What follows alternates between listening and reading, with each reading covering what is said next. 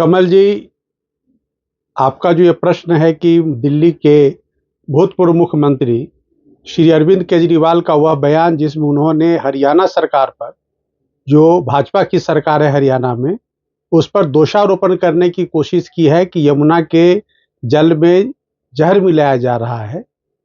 ये सिर्फ हास्यास्पद बयान नहीं बल्कि निहायत निंदनीय, गैर जिम्मेदाराना और जनता को किस तरह से एक प्रभाव डाल करके उनको झूठ के जाल में फंसा करके, जो अभी 5 फरवरी को जो दिल्ली के अंदर वोटिंग होने वाली है दिल्ली विधानसभा का, उसमें उनके वोट को अपने पक्ष में किया जाए, उसके लिए इससे बड़ा झूठ बयान, गलत बयान कुछ भी नहीं हो सकता है दिल्ली के विधानसभा चुनाव में। शायद श्री अरविंद केजरीवाल को इस बात की जानकारी नहीं है कि इलेक्शन के दरमियान अगर आप झूठे तथ्यों को जनता के समक्ष उजागर करते हैं, झूठे तथ्यों को जनता के समक्ष परोसते हैं, उनके वोट को अपने पक्ष में प्रभावित करने के लिए, तो वो भारतीय न्याय संहिता की धारा 175 के तहत अपराध के दायरे में आता है, वह एक अपराध की श्रेणी में आता है। और श्री अरविंद केजरीवाल ने जो दिल्ली चुनाव में हरियाणा सरकार पे, जो भाजपा की सरकार है हरियाणा के अंदर, पूर्ण बहुमत की सरकार है, उसके ऊपर एक झूठा आरोप लगाने की कोशिश की कि हरियाणा की सरकार ने वहां यमुना के जल में जहर मिला करके देने का काम किया है। ऐसा गैर जिम्मेदाराना बयान दे करके उन्होंने इलेक्शन के दरमियान झूठा स्टेटमेंट दे करके अपराध किया है, और ऐसे अपराध के लिए उनके खिलाफ तत्क्षण या तो हरियाणा की सरकार या दिल्ली के अंदर उनके ऊपर इलेक्शन कमीशन को एफआईआर करवाना चाहिए था। क्योंकि अभी इलेक्शन कमीशन के क्षेत्राधिकार में है, लिहाजा इलेक्शन कमीशन को अरविंद केजरीवाल के ऊपर धारा 175 भारतीय न्याय संहिता के तहत एफआईआर करके उनके ऊपर उनको अरेस्ट किया जाना चाहिए और उनके ऊपर कानूनी कार्रवाई करनी चाहिए। मैं तो यहां तक कहूंगा कि ऐसे नेता को जो झूठ परोस करके जनमत को, बहुमत को अपने पक्ष में करना चाहता है, इसको चुनावी प्रक्रिया से सदा के लिए रोक देना चाहिए, उस पर बैन लगा देना चाहिए। इनके ऊपर तो मैं कह ही रहा हूं कि जो अपराध है वो बनता ही बनता है, इनको चुनाव की राजनीति से दूर करने के लिए बैन लगाना चाहिए। क्योंकि समाज को किस तरह से झूठे तथ्यों के आधार पर समाज के लोगों को दिग्भ्रमित करके सत्ता में इन प्रकार आने का जो इनका अपना नया तरीका है, नया रास्ता है, वो निहायत निंदनीय, गैर कानूनी है। और चुनाव संहिता में भी इस तरह का प्रचार, झूठा प्रचार करने का कोई प्रावधान नहीं है। ये झूठ नहीं सर, ये अफवाह है। ऐसा है कि इन्होंने अफवाह किसने क्रिएट किया? अरविंद केजरीवाल ने झूठे तथ्यों को जनता के समक्ष परोस करके उसको अफवाह का रूप दिया, ताकि जनता भाजपा के विरोध में जाकर के मतदान करे। किसके पक्ष में करे? आम आदमी पार्टी के पक्ष में करे। ऐसा उन्होंने अफवाह जानबूझ करके सोची समझी रणनीति के तहत फैलाया है दिल्ली के विधानसभा चुनाव में। इसलिए ऐसे व्यक्ति को बिल्कुल चुनावी प्रक्रिया से दूर रखना चाहिए। एक बात मैंने आपके चैनल के माध्यम से पहले भी कहा था कि अरविंद केजरीवाल जनता के समक्ष अपना गुडविल खो चुके हैं, जनता के समक्ष अपना राजनीतिक अस्मिता को गंवा बैठे हैं। इसका जीता जागता उदाहरण है कि जनता को किस तरह से छला है दिल्ली के अंदर, जब बेरोजगारों को रोजगार नहीं। यहां मैंने आपके चैनल के माध्यम से पहले ही कहा है कि किस तरह से दिल्ली के जनता को अशुद्ध जल पीने के लिए मुहैया कराया जा रहा है। जब वो अशुद्ध जल के माध्यम पी करके दिल्ली के जो गरीब लोग हैं, जो झुग्गी झोपड़ी में रहते हैं, दिल्ली के वे गरीब लोग जिनके पास वाटर प्योरीफायर नहीं है, जिनके पास एक्वा नहीं है, ऐसे श्रेणी के लोग वही अशुद्ध जल जो दिल्ली की सरकार यानी कि अरविंद केजरीवाल की सरकार, उनकी पार्टी की सरकार मुहैया करा करके उनको बीमार पड़ने को मजबूर कर रही है।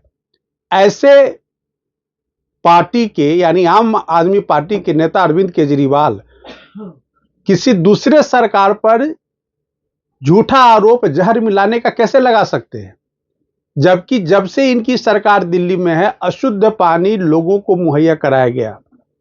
आप जरा रिपोर्ट उठा करके देख ले कि दिल्ली के अंदर जो जल लाया जा रहा है उस जल को प्योरीफाई करने का इनके पास कौन सा प्लांट है और किस प्रोसेस के तहत प्योरीफाई करके जनता को पहुंचाते हैं। क्या अरविंद केजरीवाल जो आज हरियाणा सरकार पर दोषारोपण कर रहे हैं, जब पानी आता है दिल्ली के अंदर तो उसका रिजर्वायर कहीं होगा, ऐसा नहीं कि हरियाणा से सीधे नलका जो है दिल्ली के जनता के घर घर में पहुंचा दिया गया है। जब ये मुनक नहर से या किसी और सोर्स से जब हरियाणा से पानी लेते हैं तो उस पानी को कहीं ना कहीं ये रिजर्व करते हैं और उसको प्योरीफाई करके जनता तक पहुंचाते हैं। तो सबसे पहली बात कि इन्होंने अपने जो रिजर्वायर है, वाटर रिजर्वायर दिल्ली सरकार का, उसकी रख रखाव के बारे में, उसके सफाई के बारे में इन्होंने क्या स्पष्टीकरण दिया है दिल्ली की जनता को।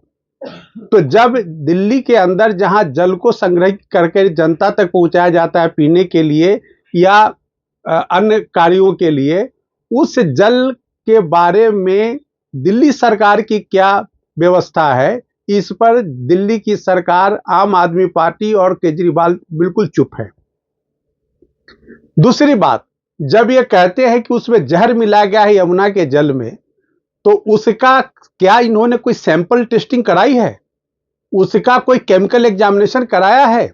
अगर कोई सैंपल टेस्टिंग है, केमिकल एग्जामिनेशन है, तो जनता के समक्ष वो रिपोर्ट लेके क्यों नहीं हाजिर होते? तो ये कुछ नहीं, जनता को मूर्ख बना करके वोट लेने की ये कवायद है।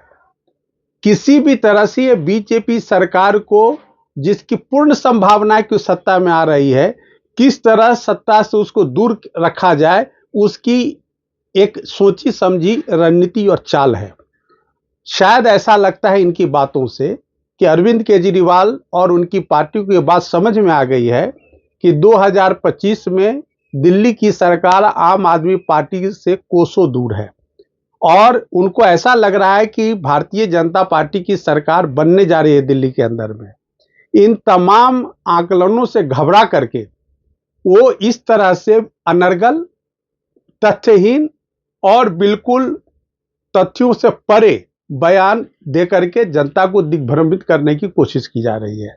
तो मुझको पूर्ण विश्वास है कि दिल्ली की जनता जो प्रबुद्ध जनता है, दिल्ली की जनता जो अरविंद केजरीवाल के काले कारनामों से पूर्णतः वाकिफ है, दिल्ली की वो गरीब जनता जो दिल्ली सरकार के अशुद्ध जल पीने के लिए मजबूर है, वो भी दिल्ली सरकार के कुकृत्यों से पूर्ण वाकिफ है।